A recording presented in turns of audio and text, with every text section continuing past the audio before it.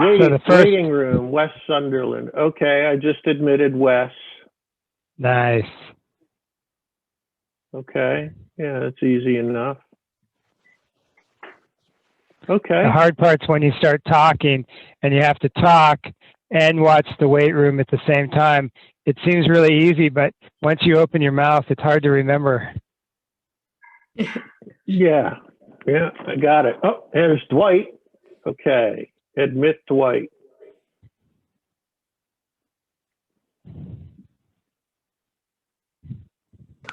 Okay, that worked.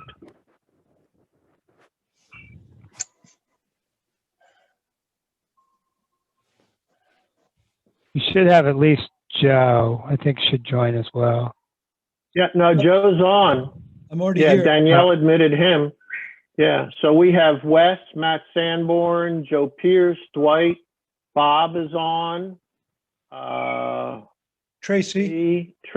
Tracy. Hi, Joe. And, oh yeah, David, you're just showing up as a phone number. Right, okay. Matt, the birds are flying. Every time I go out in the woods, there's birds. The turkeys. The turkeys, yes. Yeah. Right. There's a lot of them around here. And partridge. There's a lot of partridge this year. Oh, yeah. Yeah, they're cool to watch. Yeah. They always scare me when they flutter up. Oh, thunder. Yeah. Thunder wings. Yep. All right, so why don't we start off the meeting? It's 7 o'clock. Matt Fricker, just keep an eye on that weight room. So I apologize, everybody. I am remote today, so I'm not on video, but I figured that we don't have a lot to do today, so I could try to do it via phone. So I apologize, but I think we can get it all done. So the agenda, there's really no agenda because we didn't have anything on the agenda. The two things that I'd like to accomplish tonight are the introduction of a new board member and have her explain who she is, and then do the Keep board it down to about election. 2 minutes, Tracy, explain No it. worries. before. Yeah, anything after or anything before like 6th grade, it really doesn't need to come into play. No worries. So it's a pretty modest agenda. I mean, we have a few guests or, folks who are not board members who are here may have other things, but, let's start the meeting with the minutes of the last meeting, which were distributed electronically by the standing secretary. I'll entertain a motion on those minutes.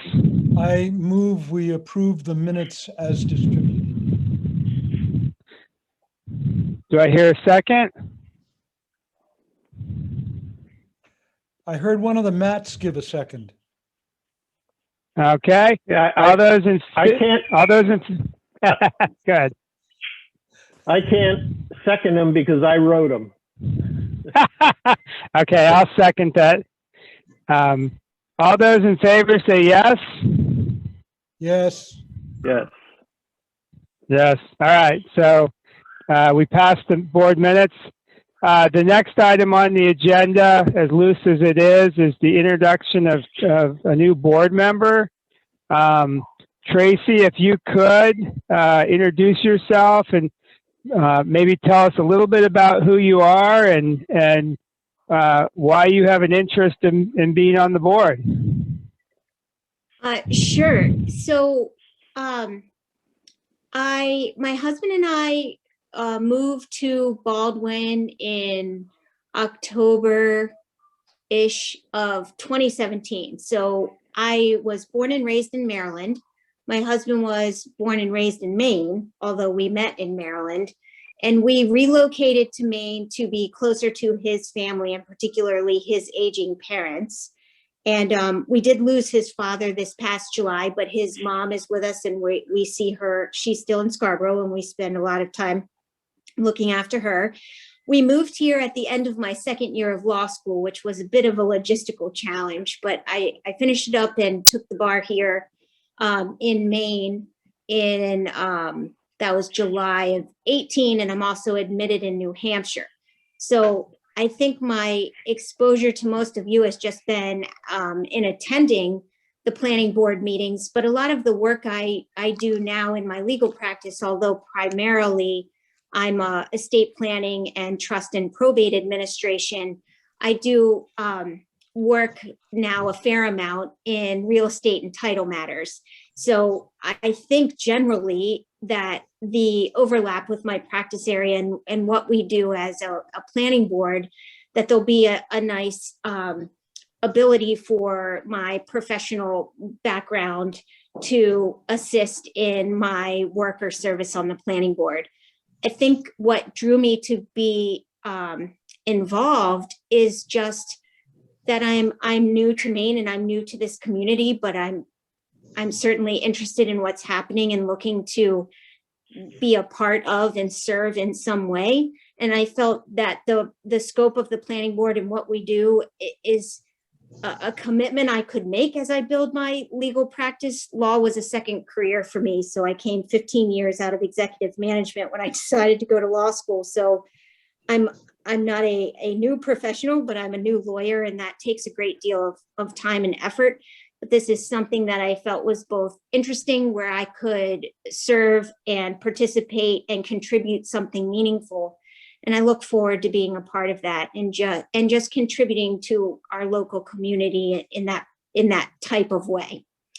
We don't have any children, Mark and I. He has 3 grown children. I don't have any. So my work has kind of been my dedication here over the last few years, but he did move me to Maine at the end of October. So the first year I was here, I thought, I am going to die. Now I am used to the winters a little bit more. And even this year, I'm like, it wasn't that cold this winter, so I must be coming at least part Mainer. So I look forward to working with all of you in this capacity. That's awesome. Well, welcome. Thanks. Great. Thank you. Very good. We, I think we celebrate having some diversity on the board. Oftentimes it feels very monochromatic on the board, and having some diversity and hopefully some diverse opinions as well. I hope you feel free to voice your opinions, and whatever you think is right, throw it out there. It helps the board do a better job. So I think it's fabulous, and good job, Selectmen. We may have, I tried to get a hold of Nicole. I'm not sure if Nicole is going to continue or not. Selectmen, did anybody talk to Nicole yet? I know Danielle was going to make a call to see if he was interested in continuing. Did we get anything firm from him? He sent out an email today that said he's going to step away. Okay. We got another candidate for Tuesday night. Excellent. So the other, somebody's got a mute on that one. Excellent. So yeah, just if we could get, so Nicole is he was a board member. So I don't know if you did Tracy, are you an alternate or are you a primary board member? Do you know? I believe I'm a primary board member. Okay. Okay. Is that correct, Dwight? Yes. Okay. Excellent. So then the only other thing we really have this time, and I didn't put a lot on the agenda this time because we're going to have a series of long meetings, I think, with the next project, is the nomination and selection of the officers of the planning board. we typically have a president, a vice or a chair, a vice chair, and a secretary. And I've been the chair for a couple terms now, or at least one term, I guess. And I think I want to step down as chair. And so I would be secretary if somebody was interested in making me secretary, but I don't really want to be chair. We can either take position by position, or somebody can nominate a slate if they have an idea of a slate that one might want to nominate. Well, could I nominate Matt Fricker for chair? I'll second that.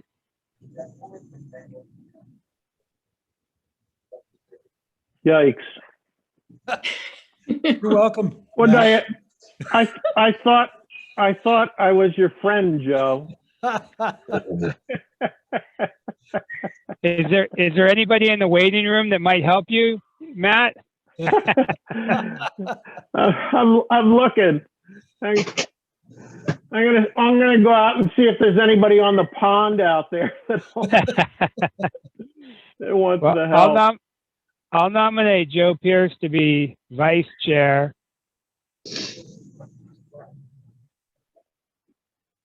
I'll second that. Nice. And I nominate David Strock to be secretary. I'm happy to second that.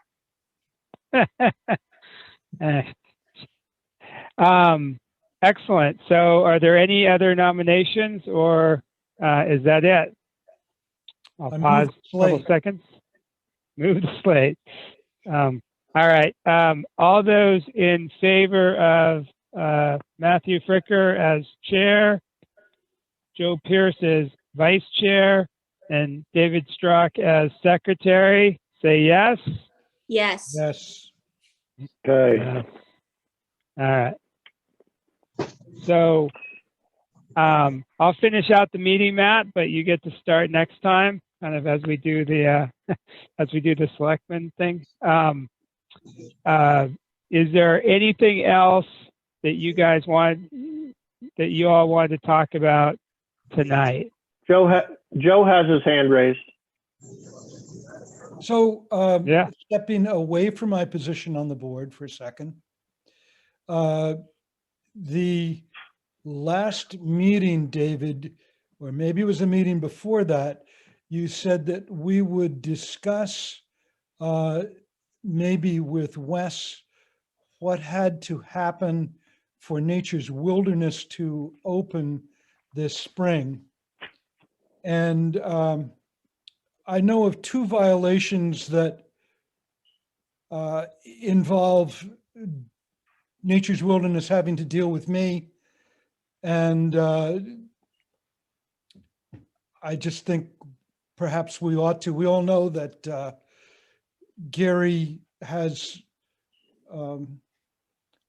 trouble sticking strictly to the truth, and that he might be somewhat manipulative of people and give answers that he thinks they want to hear rather than answers that are accurate. And I know I would need help if I were the primary contact with a Gary. I've watched the whole board be bamboozled by him. I remember a meeting last fall where, David, you were talking about the adhering to the conditional use permit. And you were talking about signage, and you said you were talking specifically about the signage right down there at the foot of the hill on Senator Black Road and 113. Yeah. And Gary said, I'm working on my relationship with the landowner there. And nobody, even I, didn't call him, because there's only one landowner at the foot of the hill there at Senator Black Road and 113. And I can assure you, I haven't talked to Gary outside of a public meeting in at least 2 years, not even in the hallway of the town office. So he Yeah. was not working on his relationship with me, and he hasn't worked on his relationship with me. And nobody has asked me to put a sign up on my property for the campground. Yeah, well, I mean, I can't accept all of the factual premise of your statements, but we'll chalk some of those up to opinion. But as a general proposition, it's an interesting question because we did receive notice that there was a change of ownership from, you know, the deceased primary owner to new owners. I think it's still in his family, but different people. And there are things that were supposed to be done in relatively short order. Signage on the road, and some other aspects of the plan that had not been completed at the end of last year. You know, I guess I'll put the question to Wes. Wes, have you had interaction with them about? I mean, you know, just for everybody's edification, the planning board is not the enforcement arm of the town, so we don't enforce the laws. We just try to, or the ordinance, we just try to interpret it and apply it in our own little realm. But I think it is relevant to the board's, you know, continuing conduct. If, Wes, you could give us an idea if you've had any compliance issues and talk to them about coming into full compliance with the CUP as it was written.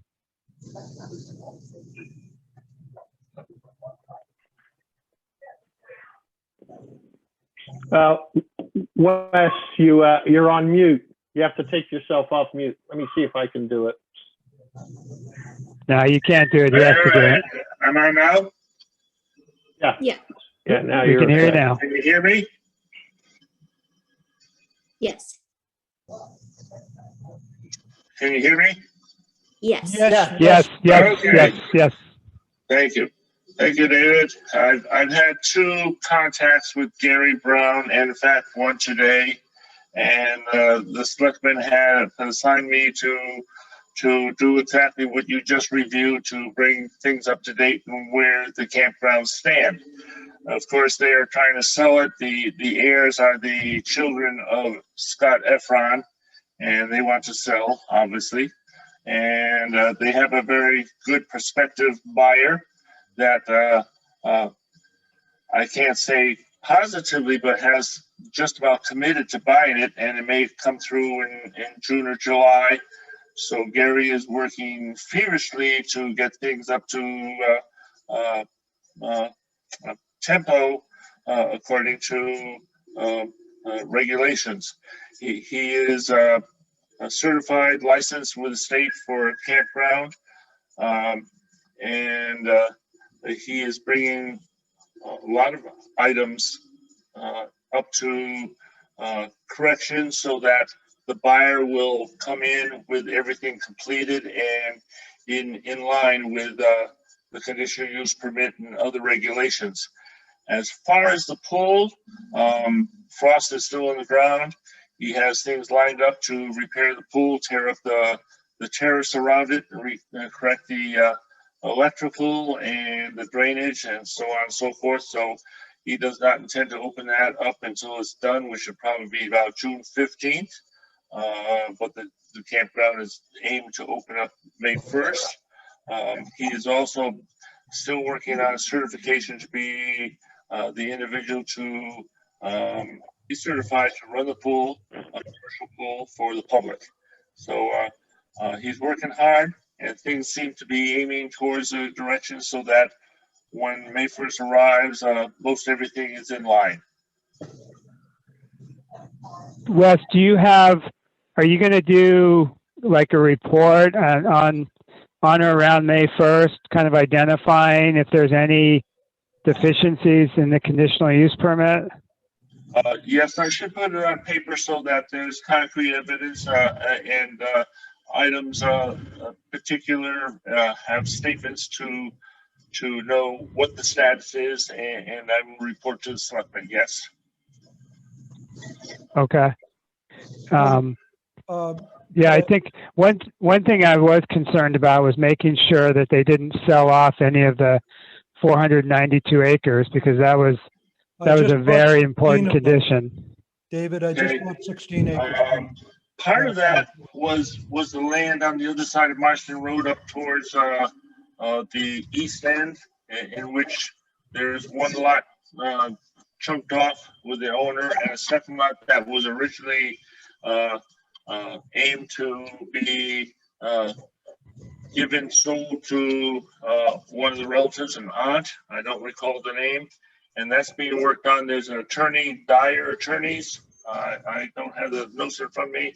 I've had email conversations with them. They're working on it to chunk the land off. I think it's about Wes, they can't. They have to have 492 acres or they're in violation of the CUP. 492 acres or they're in violation. There's Okay. a Hard stop. They're working on it. 142 of the CUP is a survey map of what they are supposed to have. And I just bought 16 acres of that. They're in violation then. That was a huge point, that they cannot sell a single acre or they'll be in violation. I'll talk to Dyer Attorney and see where they're at and get back to you, but there is a fact that because of Marston Road and Deacon Road, that little corner chunk of land is a separately acre. Nope. Nope. Well, we'll see what That's the a huge issue. We'll see what the attorneys come up with. Simple as that. Well, it's not an attorney thing. It's a board thing. I mean, it's a town thing. Like, they have to have 492 acres or they're in violation. They have to come back in and modify the conditional use permit. Okay, It's so clear. It's not even like, it shouldn't even be a discussion. They should be written up in a violation if there's less than 492 acres. I thought it was the map on page 142, David, that they had to retain all those acres on the map that goes with their conditional use permit. It's the Way Garner survey. And I just bought map 7 lot. Oh, come on. I don't have it right here. 20. Lot 29, map 7, lot 29. I just bought last week from the campground. And that is on the Way Garner survey. It is page 142. It is the only survey that they submitted to the board. The only survey of the whole place.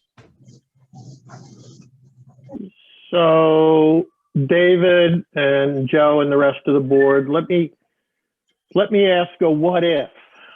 Because of the point that Joe brought up and some of the things that Wes is saying, if it is a situation where Nature's Wilderness is clearly in violation of the CUP and there's nothing that they can do to fix it because the land has been sold, then I suppose, and you tell me if I'm right or wrong, that there are two paths forward.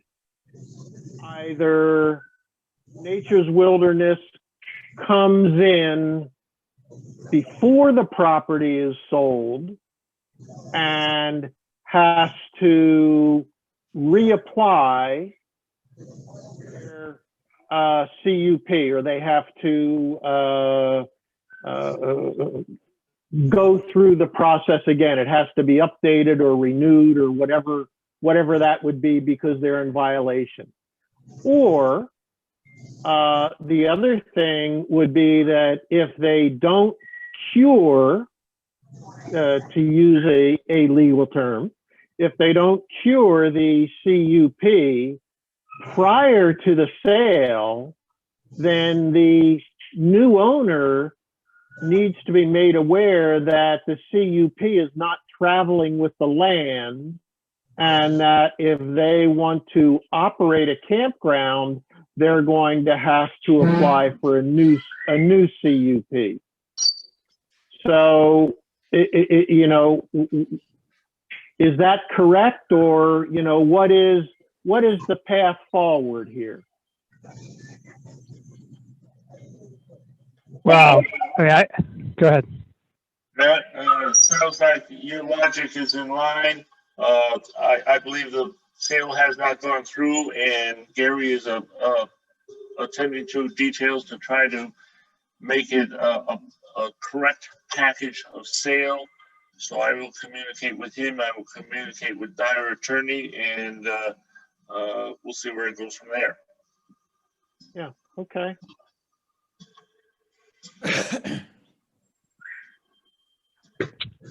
I mean, we don't get to, you know, the board doesn't get to determine if there's a violation or not. That's Wes's job.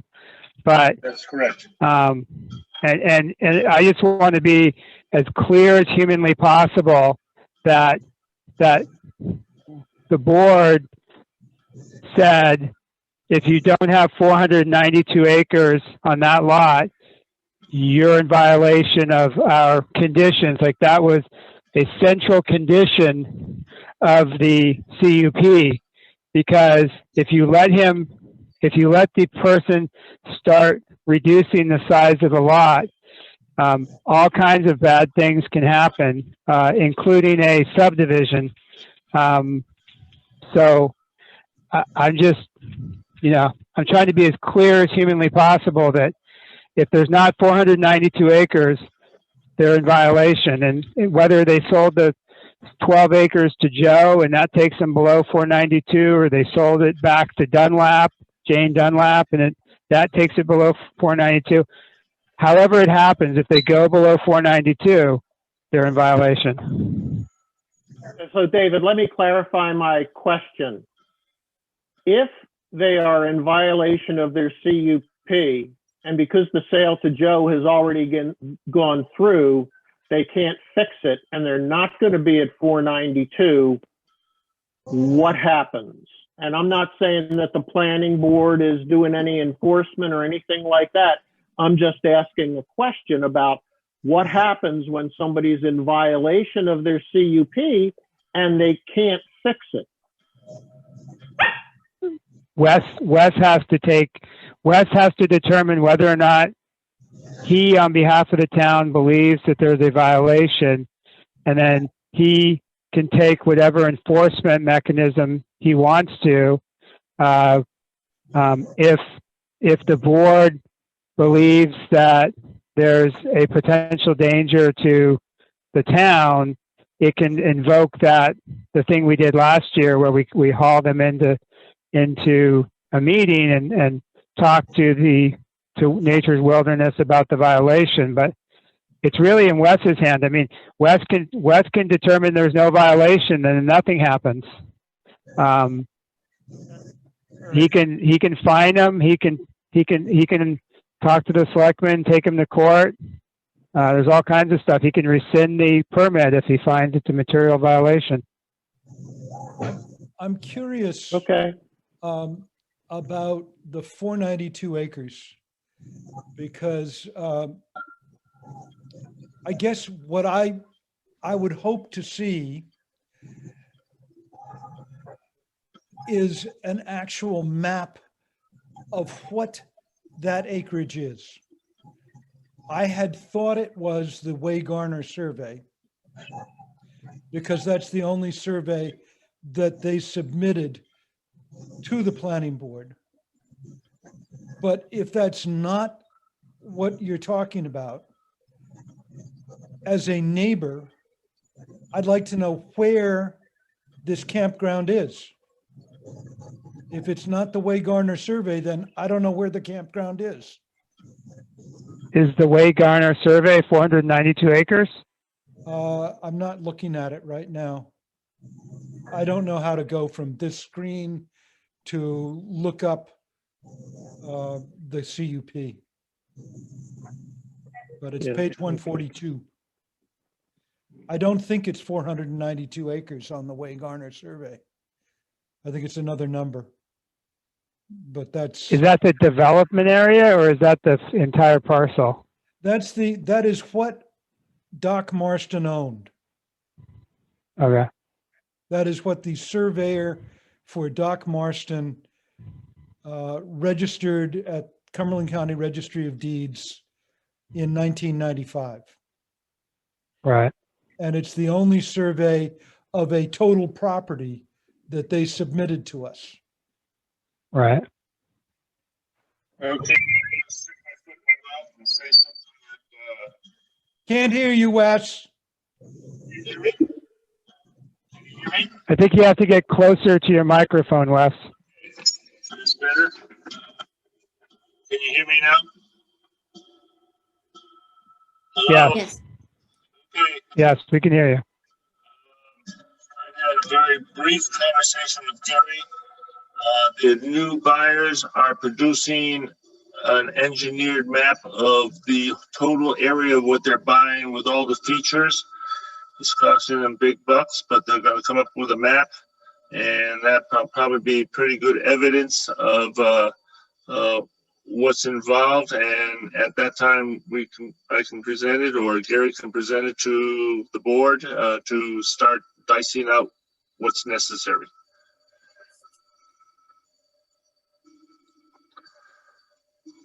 Okay, Yeah, I mean, like I said at the start, we're not the enforcement arm. I just, that's right. ultimately it's up to you, Wes, and the selectmen.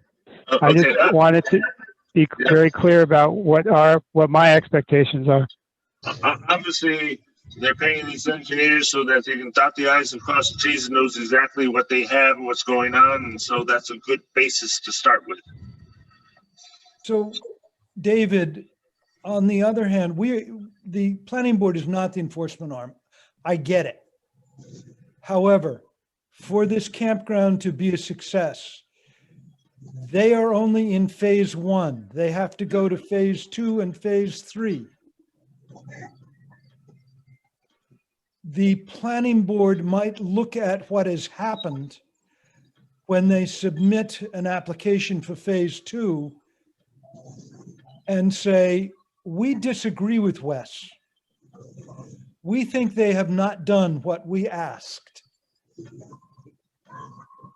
And that is a risk that everybody's running here. Okay. That was in the conversation. They are orientating on opening up the campground with only phase 1. Phase 2 and 3 is in the distance. Right. But I would think the people buying the campground would like to have some assurance that the planning board thinks that they have been following the conditional use permit, whatever you think, Wes, despite what you think, that the planning board agrees that you and the planning board are in agreement that they have followed the conditional use permit. That's correct. Right now, I'm only going on conversation. Can't hear you. That is correct. Only now I am going on conversation. Yeah, I mean, Joe, I understand what you're saying. I mean, they're coming back before the board, and if they haven't acted in good faith, or we think they've been deceptive or whatever, we're probably going to treat them differently. But for better or for worse, Wes is the enforcement arm of the town, and if he says there's no violation, we have no standing to say there is. So, David, before we finish, this is Matt. I'd just like to go around and see, first, do Dwight or Bob have anything to say or add?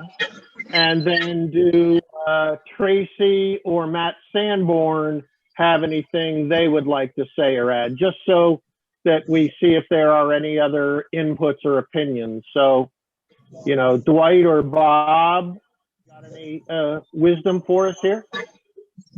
I don't read at the moment. I would have to go back and look at the conditional use permit, and I don't have it right in front of me. But I do recall this discussion when when he tried to sell a piece of property before. So I do think there's an issue here. Okay.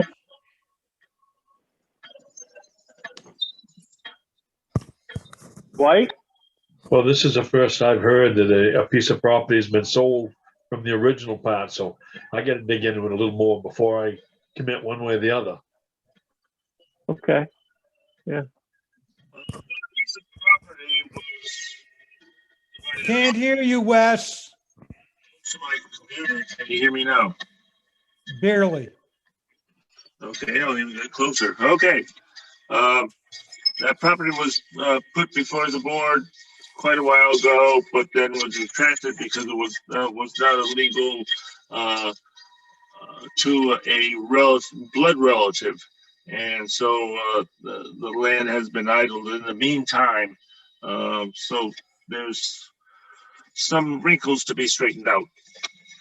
We have moved on from that conversation, Wes. Yeah, We're yeah, talking about a separate sale. but let's go. But that's just false. What Wes said is false. It was a illegal transfer because it reduced the 492 acres. It didn't matter who it was to. It didn't matter if it was to a blood relative, or which couldn't happen because it's owned by a corporate entity. So the whole concept of a relative doesn't make any sense. But even if, no matter what the transfer was, they couldn't transfer the land because they agreed there will be no sale or transfer of the 492 acres. And it's in there because if they're allowed to reduce the size of the acreage, there was a concern that we could have a huge subdivision up there based on the way it's structured. And so it was abundantly clear they cannot sell any of the 492 acres.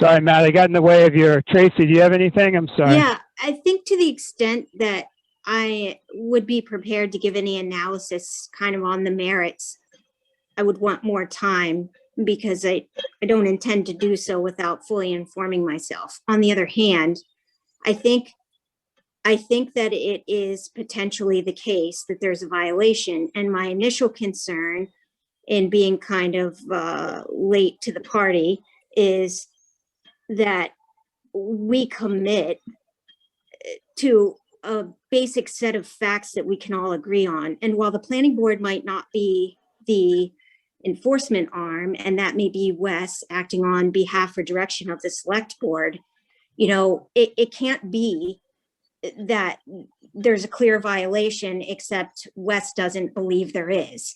I mean, there is or there isn't. And I think we need to try to work together to arrive at the factual matter and then to determine what we can do about it. Just because there's a violation doesn't mean a specific outcome, but I'd like to see us not working at cross purposes and not having, positions that are not based on fact. And I'd like to see us come together and arrive at what those facts are, find ourselves in a complicated situation if that's where I find ourselves. And then to the extent that the planning board, role and function is one thing and the select board is another, but that we're working in unison with good communication and not at cross purposes and not making statements that are not accurate. I can't speak tonight to what's accurate or not accurate, but I hear some discussion that a sale of any part of the land means there's a violation. I would like to read through things so I can give an informed position, but I would like to see us, work together to try to have a common set of facts that are actually factually accurate.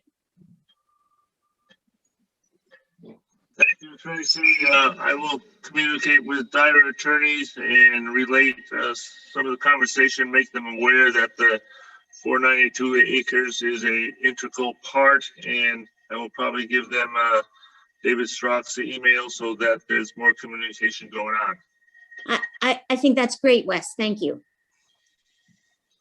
I'll give him Matt Fricker's email and they can talk to Matt. So- Very good. Just Fair joking. enough. Okay. So, Just- Wes, just Wes, joking.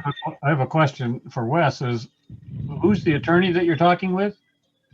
I don't have the notes in front of me, but it's called Dyer Attorney. Is it the buyer's attorney?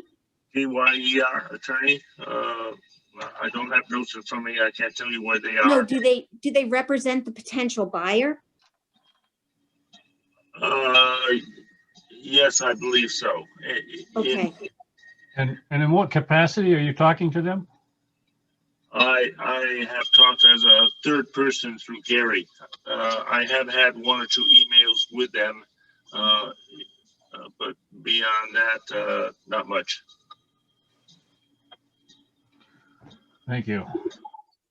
So the only thing I'll add to Tracy, just so you know, is that there's the town attorney has let us know that that it's not necessarily always a clear issue of violation, because the CEO and to a certain extent the select board have prosecutorial discretion whether or not Sure. to pursue a matter, even if there is a violation. So I just wanted to put that out there. So I hear that. you know, yeah. Sure. Yeah. I hear that. And I think then I'd rather have it stated that there's a violation and we're electing not to take any action than for Right. there to be a statement that there is in fact no violation.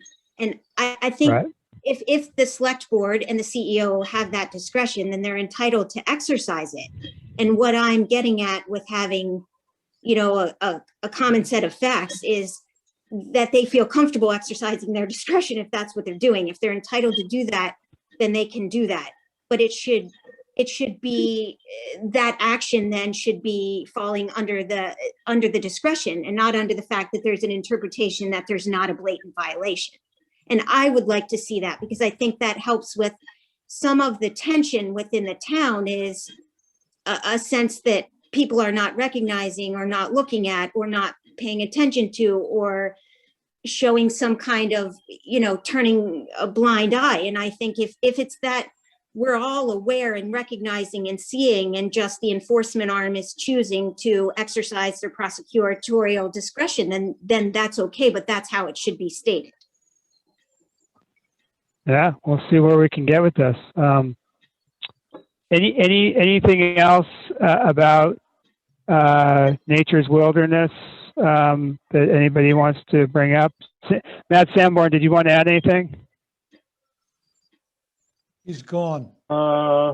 He's gone. Okay. All right. So I think the answer is no.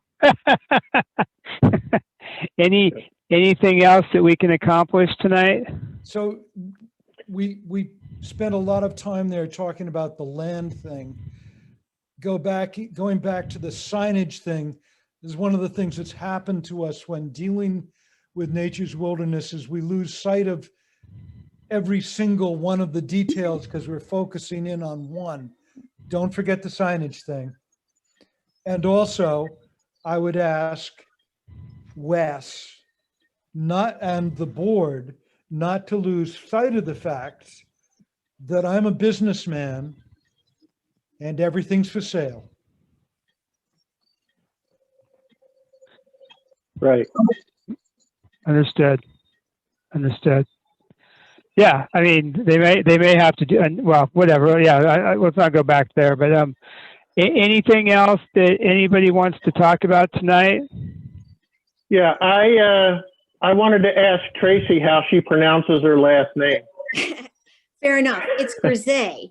It's like Grisay. It's like Grisay. Oh, okay. If Great. So that's kinda- helpful. kind of French, Grisette. Thank It's you. very French. That's correct. Yeah, Yes, that's great. That's great. thanks. Hey, I've been called a lot of Uh, things, so I'm not offended any longer. You can kind of take a stab at it, but Grisette is the Yeah. correct pronunciation. so, David, I just want to say one thing. If I'm going to be moving into the chairman role, which honestly, I'm not ready for, but, I'll do it. I think I have strengths in process management and moderation, but like in all the consulting research I do, when I get on the phone with key opinion leaders and doctors and, things like that, a lot of times I will have what's called an SME or a subject matter expert on the phone with me. And, I just want to acknowledge that, there are a lot of things about this town and about the ordinances where I am not yet a subject matter expert. And I'm going to need the help and support and input from you, David, and Joe, and the select board, and Wes, and the other planning board members. It's not something I'm initially going to be able to just drive through on my own, nor would I want to. So it's gonna be a real team effort if we're gonna make this slate of officers work. Understood. You have my full support. And I won't be at the next 6 meetings, but No, don't do that. Don't so do the only other question is about in-person meetings versus Zoom. The next meeting we have to do via Zoom because that's how it was noticed for the public hearing. But at a certain juncture, as well, I assume most people are getting vaccinated. I know that's not a great assumption, but as the vaccination levels increase, I know at least my willingness to be in person increases substantially. So I would be interested in next meeting discussing going back to in person sometime in May or June. I obviously defer to the new chair on that debate, but I'm curious if there's any really strong feelings for or against in-person meetings. I'm ready. I'm ready. I think what we can do, David, is just put it up for a vote, and once we are confident that we'll be able to have an in-person quorum at meetings when we're in person, that we can have a quorum so that we can make our votes effective. We can start meeting in person.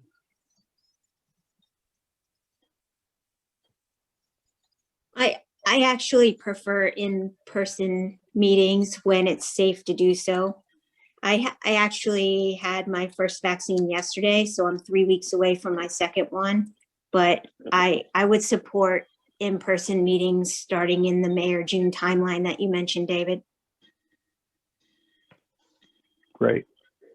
Participating in person meetings with all of us and Cornish Planning Board. You got to get closer to the mic, Wes. Okay. No, not yet. Still closer. I'm about 4 inches away from the screen. Well, listen, you may not be lined up with the microphone.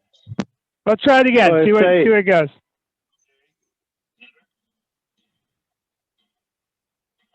All I'm going to say is I'm in favor of it. Okay. Yeah, you're having a feedback issue, Wes, but I think what he said is he's in favor of it. Okay. Oh, great. He's in Okay. favor of it. Yeah. So if there's anybody on this call, and I'll let Matt know, Sanborn's for in-person meetings, but if anybody has a particular personal reason that, you don't need to talk about now, that you want to continue Zoom meetings, just let Matt Fricker know. And Matt, you can take that into consideration when you're working on the debate. But, people have personal issues. Some people have personal issues right now, and just let Matt know, let Matt know if anybody has those concerns. And, typically I just incorporate those into the debate in the background. All right. Well, is there anything else before we shut down? A quick question. If the board is in person, do we still have the opportunity for public to join via Zoom? We do not. Okay. We don't have the technology. Okay.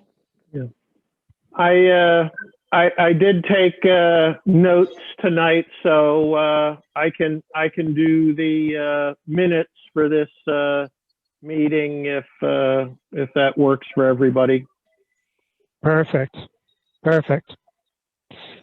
All right. Excellent. Well, and yeah, excellent. So with that, again, I apologize for not being seen, but I think it was a pretty good, vigorous debate, and I thank everybody. So Matt Fricker, you're the host.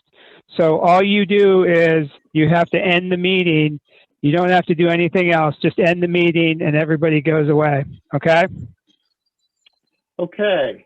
Now let me see Oh, how we have I to- can do that. Let's do a vote. Do we have a vote to adjourn? I move we adjourn. Second. I'll second. All those in favor? All right, we're done. Yes. Aye. Thank you. Seven Good night. fifty. Bye. Thank Bye. you. Bye, Thank everybody. you. Bye-bye.